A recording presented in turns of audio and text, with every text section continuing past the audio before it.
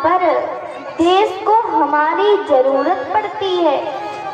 जब देश की रक्षा की बात आती है, जब देश के स्वाभिमान की बात आती है, तो जाति, पाति, धर्म, मजहब कुछ नहीं देखा जाता और हम जी जान से देश की रक्षा में लग जाते हैं। जब देश की रक्षा की बात आती है, जब देश के स्वाभिमान की बात आती है, तो जाति, पाति, धर्म, मजहब कुछ नहीं देखा जाता और हम जी जान से देश की रक्षा में लग जाते हैं। वो भारत देश है मेरा, वो भारत देश है मेरा।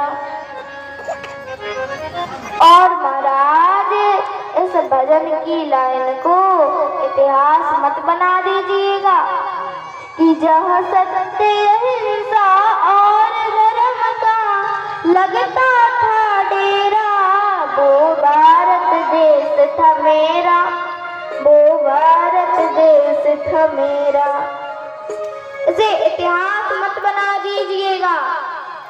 जब देश को हमारी रक्षा की जब देश को हमारी जरूरत पड़े तो हमें जी जान से देश की रक्षा में लग जाना चाहिए। जिस प्रकार से हमारे पूर्वज हमें शौक करके गए थे, तो हमें जी जान से देश की रक्षा में लग जाना चाहिए। वो भारत देश है मेरा, वो भारत देश है मेरा। और वैसे तो हम दिन रात भगवान की खूब भक्ति करते हैं, लेकिन कभी कभी देश की भी भक्ति कर लेनी चाहिए। और कहते हैं कि देश भक्ति से बड़ी और कोई भक्ति नहीं होती, तो कभी कभी देश की भी भक्ति कर लेनी चाहिए और हम प्रयास करें कि हमारा झंडा कभी भी नीचे नहीं रहना चाहिए। हमारा झंडा कभी भी नीचे नहीं रहना चाहिए और हम अपने बच्चों को वीर महापुरुषों की गाथा सुनाया करें, वीर शिवाजी की गाथा सुनाया करें। हम महाराणा प्रताप की गाथा सुनाए, भगत सिंह को याद कराएं, रानी लक्ष्मीबाई की गाथा सुनाएं। देखो इन्होंने क्या किया था, ये किसी के गुलाम नहीं बने थे। तो हम अपने बच्चों को वीर महापुरुषों की गाथा सुनाया करें, नहीं तो ये कायर बन जाएंगे, नहीं तो ये धीरू बन जाएंगे। जब कभी देश को इनकी आवश्यकता पड़ेगी तो ये कहीं पर जा करके छुप जाएंगे। इसीलिए हम अपने बच्चों को वीर महापुरुषों की गाथा सुनाएं। तो जो भरत जी थे वो भगवान की खूब भक्ति करते थे और जो भरत जी थे वो एक चक्रवर्ती सम्राट थे। मतलब पूरा जहाँ तक पृथ्वी था उतना पूरा उनका राज्य था। कोई छोटे मोटे राजा मत समझ लेना कि कोई छोटे मोटे राजा होंगे। पूरा जहाँ तक पृथ्वी थी पूरा उनका राज्य था, पूरा उन्हीं का राज्य था। लेकिन जब भरत जी 25 वर्ष की आयु में आए तो भरत जी को वैराग्य धारण हो गया। और वैराग्य भी कैसा धारण हुआ कि भरत जी अपने घर गृहस्थी परिवार, भरत जी ने सब कुछ त्याग दिया, अपने पत्नी बच्चों को सब कुछ त्याग दिया और सब कुछ त्याग करके भरत जी जंगल में आ गए। भरत जी सोचते हैं कि यदि घर गृहस्थी के चक्कर में पड़ूंगा तो भगवान का भजन नहीं कर पाऊंगा, भगवान की भक्ति नहीं कर पाऊंगा। इसीलिए जी ने अपनी घर गृहस्थी सब कुछ त्याग दिया और भरत जी जंगल में आ गए। लेकिन महाराज जब श्रद्धा जागे तो एकदम से भजन में नहीं पढ़ना चाहिए। आचार्यों ने आज्ञा दे रखी है, तत्र साधु संगति तत्र भजन क्रिया। जब श्रद्धा जागे तो एकदम से भजन में मत पड़ो। भजन के साथ साथ एक चीज भी परम आवश्यक है और वो है सत्संग। क्या है? सत्संग। तो भरत जी ने भक्ति तो की लेकिन सत्संग नहीं किया। और सत्संग ना करो तो एक ही चीज होती है कि जितने जल्दी जितने ऊपर आप पहुंचे थे उतने ही जल्दी उतने नीचे आप आ जाओगे।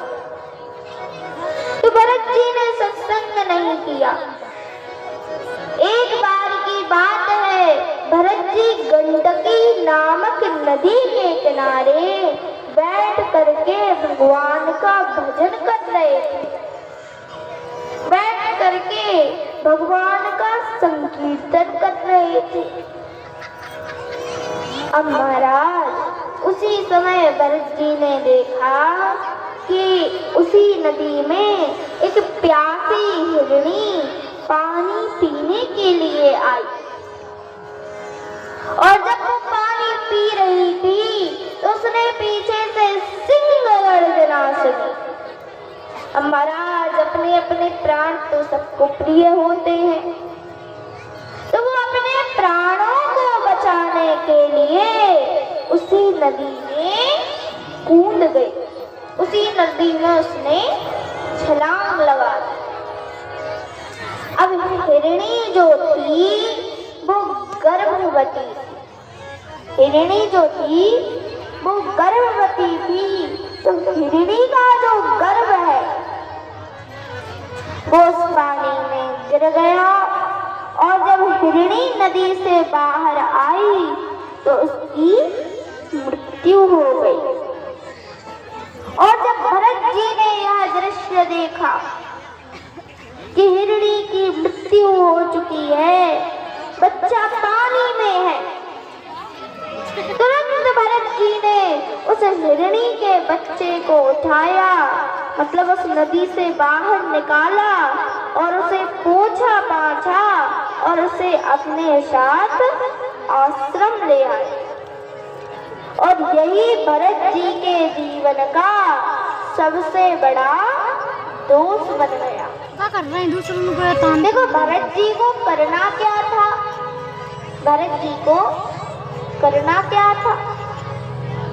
उस हिरणी के बच्चे को नदी से बाहर निकालते, उसे पूछते पाछते और छोड़ देते। उसके भाग्य में जो लिखा होता वो उसके साथ होता। लेकिन भरत जी ने क्या किया?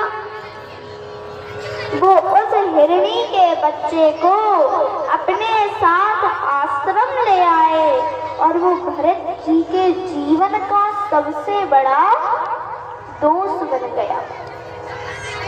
देखो कभी कभी दोष भी धर्म बन जाता है और कभी कभी धर्म भी दोष बन जाता है।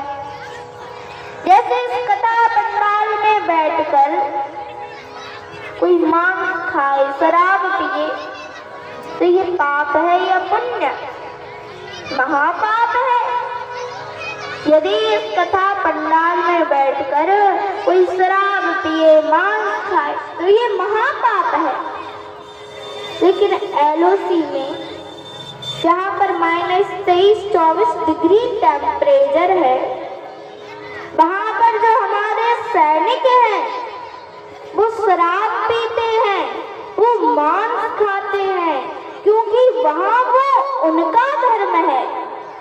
क्योंकि यदि इतनी ठंड में वो बिना शराब पिए, बिना मांस तो मर जाएंगे, फिर देश की रक्षा कौन करेगा? तो वहां वो उनका धर्म है।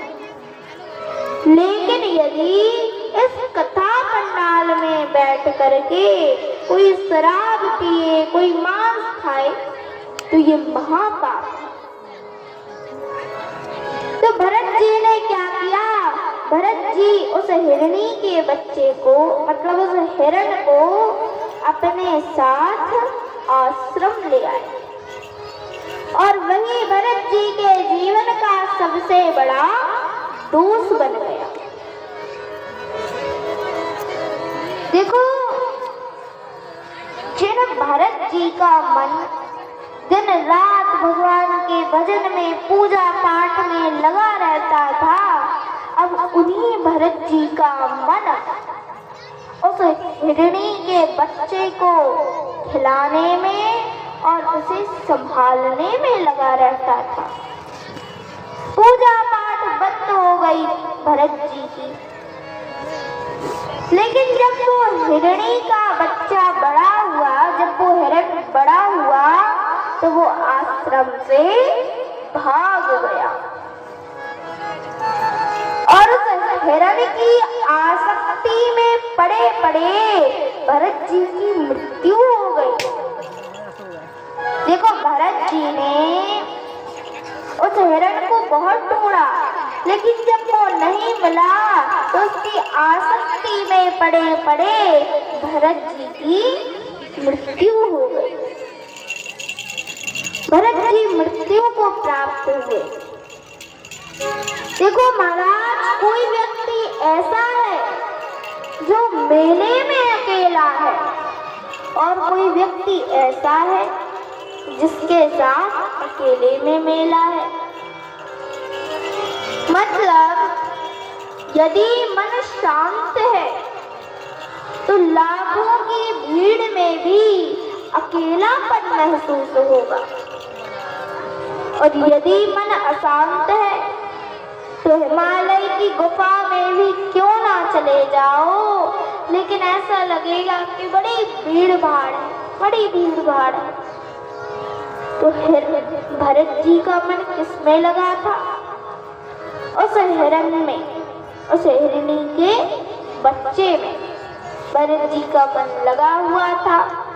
तो मरने के बाद जब भरत जी का अगला जन्म हुआ तो वो हिरण बनते, हिरण बने। देखो, जब हमें लगता है, जब हम किसी व्यक्ति को देखते हैं और उसे देख करके हमें ऐसा लगता है कि अब उनकी 2-3 दिन में मृत्यु हो जाएगी, तो हम क्या कहते हैं? हम कहते हैं कि भैया राम राम बोलो। उसके मुख में तुलसी का पत्ता डालते हैं, उसके मुख में गंगाजल डालते हैं, वो पीता नहीं है, जबरदस्ती पिलाते हैं, क्योंकि पता है कि यदि मृत्यु के समय राम में मन लग गया तो बार बार इस चक्कर में नहीं पड़ना पड़ेगा। और यदि मृत्यु के समय हमारा घर गृहस्थी में मन लगा हुआ है, या घर परिवार के किसी सदस्य में मन लगा हुआ है, या रिश्तेदारों में मन लगा हुआ है, तो बार बार इस चक्कर में पड़ना पड़ेगा। यम यम भापी स्मरण भावम, बार बार इस चक्कर में पड़ना पड़ेगा। लेकिन यदि मृत्यु के समय राम में मन लग गया तो बार बार इस चक्कर में नहीं पड़ना पड़ेगा। तो भरत जी का मन कहाँ लगा हुआ था? उस हिरण में। तो मरने के बाद जो भरत जी है वो हिरण बने। क्या बने? हिरण बने। अब जब हिरण तो बने, लेकिन पूर्व जन्म की कुछ यादें थी, इसीलिए हिरण के जन्म में भी भगवान का भजन करते थे, भगवान का संकीर्तन करते थे। लेकिन कुछ समय के बाद वो हिरण भी मारा गया, और जब वो हिरण भी मारा गया तो अगला जन्म एक ब्राह्मण के यहाँ हुआ। नाम भरत ही रखा गया, लेकिन उस भरत शब्द के आगे जड़ शब्द लगाया गया। जड़ का अर्थ होता है मूर्ख। क्या अर्थ होता है? मूर्ख। तो मूर्ख नहीं थे, बस मूर्खों जैसे काम करते थे। इनके पिताजी इनसे कहते कि जाओ खेत की मेड़ बना कर लाओ। मेड़ समझते हैं आप सभी? खेत के चारों तरफ जो मिट्टी की दीवार लगी बनी रहती है ना, उसी को मेड़ बोलते हैं। तो इनके पिताजी इनसे कहते कि जाओ खेत की मेड़ बनाकर आओ। तो कहते तो मेड़ बनाने को, लेकिन बना के आ जाते कुआं, खूब गहरा कुआं। इसीलिए लोग इन्हें पागल समझते थे कि ये तो पागल है, इन्हें कुछ समझ बूझ में तो आता नहीं है। इनके पिताजी इनसे कहते कि जाओ विद्यालय जाओ पढ़ने के लिए। तो ये विद्यालय ना जा करके एक वृक्ष के नीचे बैठ जाते और भगवान का भजन करने लगते, भगवान का संकीर्तन करने लगते। अब एक बार की बात है,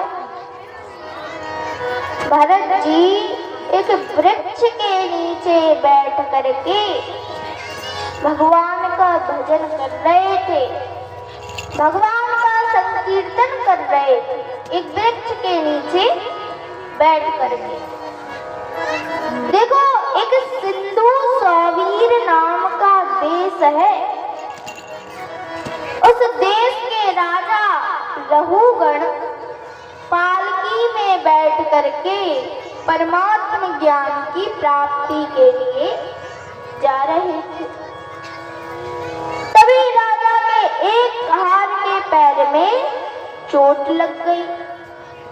देखा तो भरत जी दिखाई दिए। उनसे कहा, तब महाराज भरत जी भी पालकी ढोने में लग गए। अब जो भरत जी थे वो बड़ा मटक मटक कर चलते थे, ऊपर नीचे चारों तरफ देख कर चलते थे। क्यों? कि मेरे हाथों किसी सूक्ष्म जीव की हत्या ना हो जाए, इसीलिए बड़ा मटक मटक कर चलते थे, ऊपर नीचे देख कर चलते थे। और जब राजा रहुगण ने यह देखा तो रहुगण कहते हैं कि अरे तुम तो इस पृथ्वी के लिए भार हो। भरत जी ने पहली बार में कुछ नहीं कहा, दूसरी बार कहा, अरे तुम तो इस पृथ्वी के लिए भार हो। दूसरी बार भी कुछ नहीं बोली, लेकिन जब तीसरी बार कहा कि अरे तुम तो इस पृथ्वी के लिए भार हो, तो भरत जी कहते हैं कि नहीं, मैं इस पृथ्वी के लिए भार नहीं हूँ, यह पृथ्वी तत्व मेरे अंदर है। श्री रामचरितमानस में बाबा तुलसी लिखते हैं, छित जल पावक गगन समीरा, पंच रचित यह अधम शरीरा। हमारे शरीर के अंदर 5 तत्व हैं। कौन कौन से? छित मतलब पृथ्वी, पावक मतलब अग्नि, छित जल पावक गगन मतलब वायु, गगन मतलब आकाश, समीरा मतलब वायु। तो हमारे शरीर के अंदर यह तत्व है। और जैसे ही भरत जी ने यह राजा रहुगण से कहा है, राजा झुकवाई और भरत जी के चरणों में गिर गए और कहते हैं कि हे महाराज, आप कौन हैं? क्या आप कपिल देव हैं या आप स्वयं नारायण हैं? भरत जी ने कहा कि ना तो मैं कपिल देव हूँ और ना तो मैं नारायण हूँ। मैं तो एक साधारण सा मनुष्य हूँ और लोग मुझे जड़ भरत के नाम से जानते हैं। मैं जड़ भरत हूँ। तो राजा रघुगढ़ ने कहा, तो प्रभु आप हमें यह बताने की कृपा करें कि परमात्म ज्ञान की प्राप्ति कैसे होगी। तो भरत जी ने कहा कि घर को छोड़ करके जंगल में आने से परमात्म ज्ञान की प्राप्ति नहीं होगी। तप करने से परमात्म ज्ञान की प्राप्ति नहीं होगी। बड़े बड़े यज्ञ करने से परमात्म ज्ञान की प्राप्ति नहीं होगी। दोहों को छंदों को पढ़ने से परमात्म ज्ञान की प्राप्ति नहीं होगी। तो कहा कैसे होगी? जब तक भगवान के चरणों का ध्यान ना कर लिया जाए तब तक परमात्म ज्ञान की प्राप्ति नहीं होगी, ऐसा कहा है। और यहाँ पर देखो, ये सब धन तो है ही, गोधन गजधन बाज धन और रत्न धन खान। गाय भी धन है, हाथी भी धन है, घोड़ा भी धन है, सोना चांदी आभूषण, ये सब धन तो है ही, लेकिन सबसे बड़ा धन है भगवान नाम संकीर्तन करना, भगवान के नाम का संकीर्तन करना। तो बोलिए वृंदावन बिहारी लाल की जय हो। तो इस प्रकार से श्री वेद व्यास जी महाराज भरत जी की और आगे चलकर वही बने जड़ भरत की पावन कथा का वर्णन करते हैं। बोलिए श्री वृंदावन बिहारी लाल की जय हो। श्री राम। सभी भक्त आदियों की सेवा करते हुए एक बार जयकारा लगा। बोली साबरिया सरकार की। अरे राधा का नाम, अरे राधा ढूंढ रही, किसी ने मेरा ध्यान देखा। राधा ढूंढ रही, किसी ने मेरा ध्यान देखा। श्याम देखा धन श्याम देखा, श्याम देखा धन श्याम देखा। हो राधा ढूंढ रही, किसी ने मेरा ध्यान देखा। राधा ढूंढ रही, किसी ने मेरा ध्यान देखा।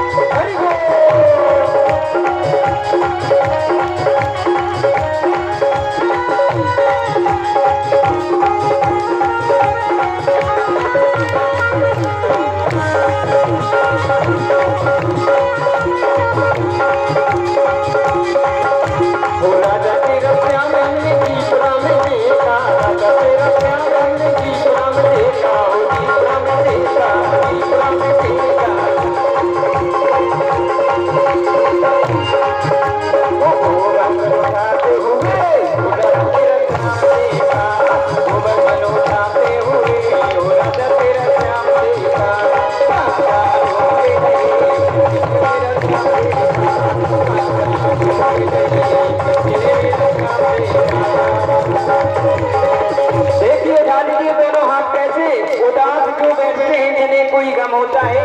और भगवान की नैया के भजन में ताली वही बजाता है जिनके हाथों में दम होता है। उठा लीजिए उड़ाता ढूंढ रही किसी ने मेरा श्याम देखा हो।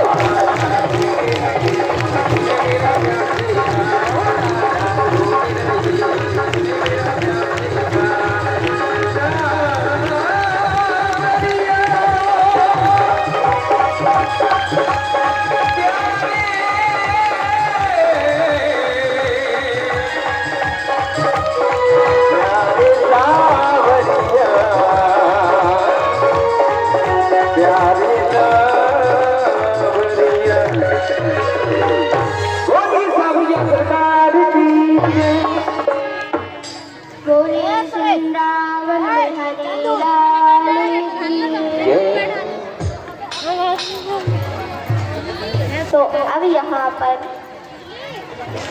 देखियो श्री वेदव्यास जी महाराज अजामिल नाम के ब्राह्मण की कथा का वर्णन करते हैं, जिसे हम संक्षिप्त में श्रवण करते हैं। तो ये जो अजामिल नाम का ब्राह्मण है, आएगी नहीं से ये जो अजामिल नाम का ब्राह्मण है, देखो ब्राह्मण में जो 11 गुण होते हैं वो सभी अजामिल में थे। एक बार की बात है, अजामिल अपनी नित्य क्रिया से निवृत्त होकर के शाम का समय था, जंगल से वापस घर लौट रहा था।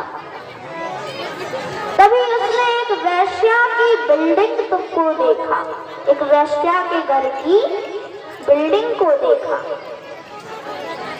और जब उसने उस वैश्या को देखा तो अजामिल का मन बिगड़ने लगा, अजामिल का मन बिगड़ने लगा। और ऐसा मन बिगड़ा कि अजामिल उस वैश्या के घर चला गया और उस वैश्या के घर जा करके उस वैश्या से कहता है कि सुनो, तुम मेरे घर चलो, एक दिन में तुम जितना कमाती हो मैं वो तुम्हें एक समय में दूंगा। मेरे यहाँ धन की कोई कमी नहीं है, बस तुम मेरे घर चलो। अब वैश्या भी अजामिल के साथ उसके घर चलती। घर पहुंची तो अजामिल की पत्नी और बच्चे उसके घर में पहले से ही थे। तो वैश्या समझ तो गई थी कि ये इसकी पत्नी होगी, लेकिन फिर भी अनजान बनकर पूछती है कि ये कौन है। तो अजामिल कहते हैं कि ये मेरी पत्नी है और ये मेरे बच्चे हैं। तो वो वैश्या कहती है कि जब तुम्हारे घर में तुम्हारी पत्नी और बच्चे पहले से ही थे तो तुम मुझे लेकर क्यों आए? या तो तुम अपनी पत्नी को रखो या तो मुझे रखो, मैं इसके साथ नहीं रहूंगी।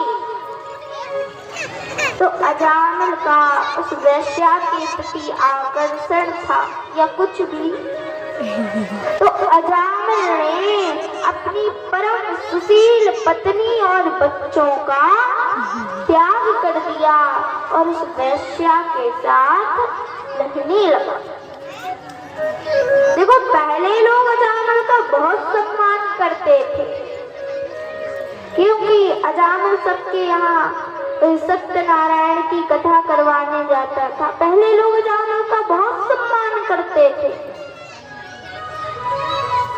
लेकिन देखो जब अजामिल उस वैश्या के साथ रहने लगा तो अजामिल चोरी करने लगा, डाका डालने लगा, शराब पीने लगा, मांस खाने लगा, जुआ खेलने लगा। ऐसा हो लगा, जुआ खेलने लगा, मांस खाने लगा, गलत काम करने लगा, अजामिल चोरी करने लगा, डाका डालने लगा। और जब से अजामिल ने ये गलत काम करना प्रारंभ किया, तब से उसका कोई सम्मान नहीं करता। सबसे डाकू अजामिल, डाकू अजामिल, डाकू अजामिल कहते थे, सबसे डाकू अजामिल कहते थे। तो अजामिल गलत काम करने लगा। अब वो वैश्या अजामिल के साथ रहने लगी, तो अजामिल के यहाँ 9 पुत्र हुए, 9 पुत्र हुए। और 10वां पुत्र उस वैश्या के गर्भ में था। अब एक बार की बात है, अजामिल उस वैश्या से कहता है कि देखो, मैं गांव जा रहा हूँ, बहुत बड़ी चोरी करके लाऊंगा, बहुत बड़ा डाका डाल के लाऊंगा। जब तक मैं ना आ जाऊं, तुम किसी को घर में मत आने देना, दरवाजा मत खोलना। और ऐसा कह करके अजामिल गांव चला गया चोरी करने के लिए। कहते हैं कि उसी दिन अयोध्या के कुछ संतों की मंडली भजन कीर्तन करते हुए श्री धाम वृंदावन जा रही थी। अब रास्ते में अजामिल का गांव पड़ा, तो अजामिल के गांव आते आते उन संतों को शाम हो गई। तो संतों ने आपस में विचार किया, संतों ने आपस में